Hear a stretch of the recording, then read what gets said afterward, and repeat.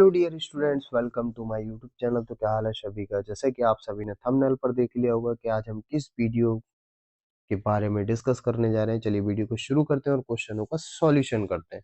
जैसे कि आप देख सकते हैं कि ये हाफ ईयरली एग्जामिनेशन इसमें लिखा हुआ है। ये आपकी ईयरली एग्जाम के लिए भी खास इंपॉर्टेंट साइंस का पेपर है, क्लास 9th में यूपी बोर्ड स्पेशल। हालांकि यूपी बोर्ड हो या किसी भी स्टेट की बात की जाए, अब तो सभी राज्यों में सेम एनसीईआरटी पैटर्न लागू हो चुका है। तो ये सभी बच्चों के लिए खास इंपॉर्टेंट क्लास 9th का पेपर है, वो भी साइंस का। एमसीक्यू पे चर्चा करते हैं, बहुविकल्पी प्रश्नों को उत्तर दीजिए। कोशिका की खोज करने वाले वैज्ञानिक, तो रॉबर्ट हुक। कोशिका की खोज किसने की थी? रॉबर्ट हुक ने। और केंद्रक की खोज करने वाले वैज्ञानिक, तो ये रहे अपने रॉबर्ट ब्राउन। रॉबर्ट हुक ने कब की थी? 1665 में, है ना।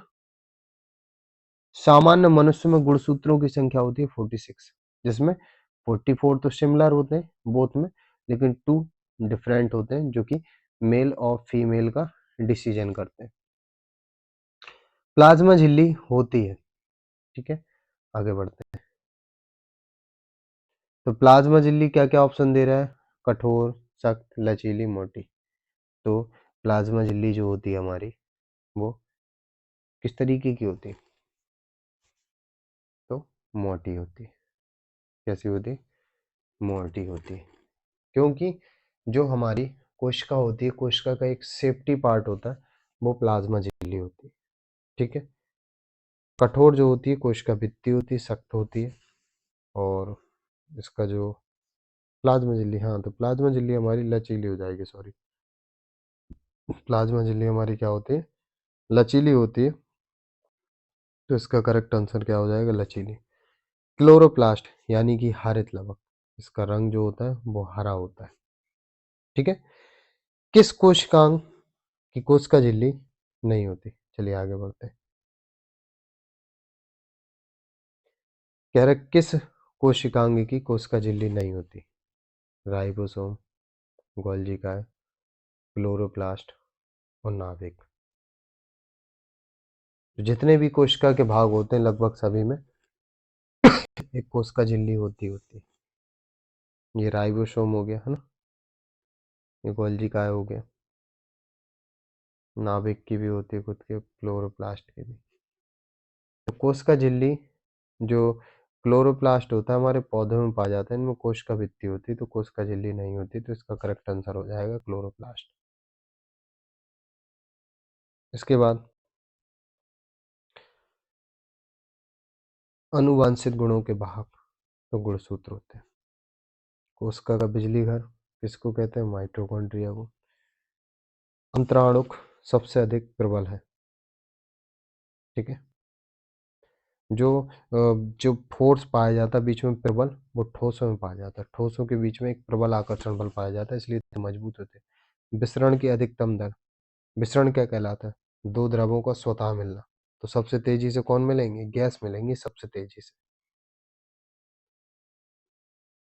11वें नंबर में देखेंगे, तेज गति की वायु से वाष्पन कैसा होता है? भाई तेज होगा।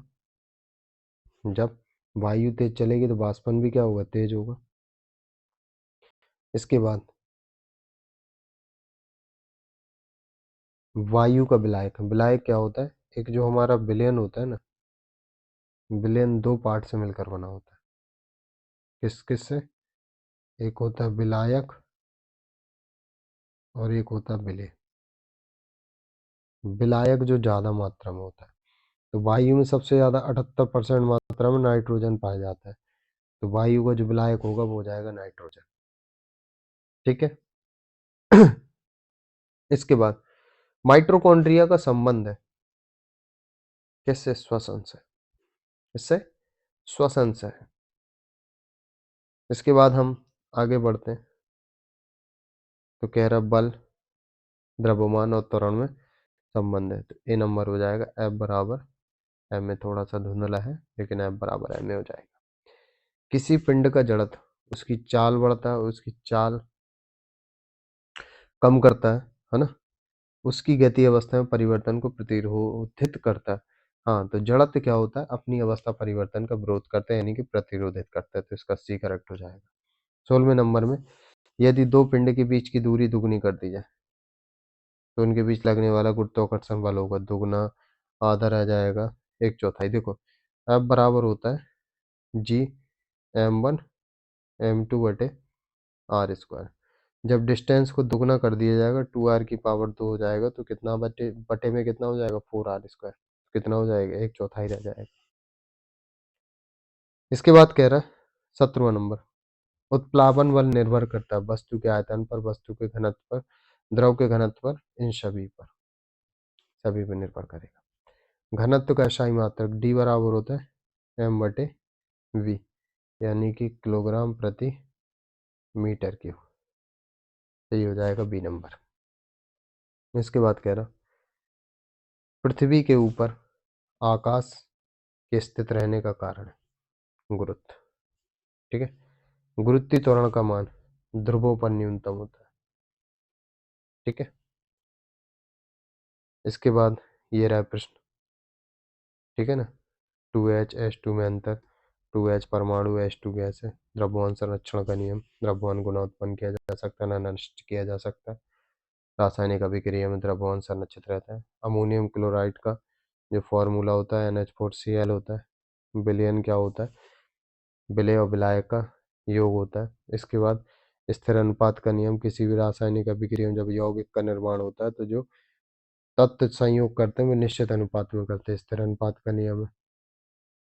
ठीक है, डाल्टन का परमाणु सिद्धांत, इन्होंने डाल्टन ने परमाणु को सबसे सूक्ष्मता में इकाई बताया तो उसके बारे में बताया था कि वो अविनाशी है, किसी भी रासायनिक अभिक्रिया में भाग ले सकता है। डाल्टन का परमाणु सिद्धांत इंपॉर्टेंट है। इसके बाद गुणसूत्र कोशिका के किस अंग में पाए जाते हैं, केंद्रक में। पके हुए टमाटर में छिलकों का रंग क्यों होता है, तो कहीं ना कहीं लवक के कारण होता है। कोशिका में प्रोटीन संश्लेषण राइबोसोम, DNA का पूरा नाम डीऑक्सी न्यूक्लिक अम्ल। स्थायी ऊतक किसे कहते हैं, दो प्रकार के होते हैं ये, है ना, सरल और जटिल।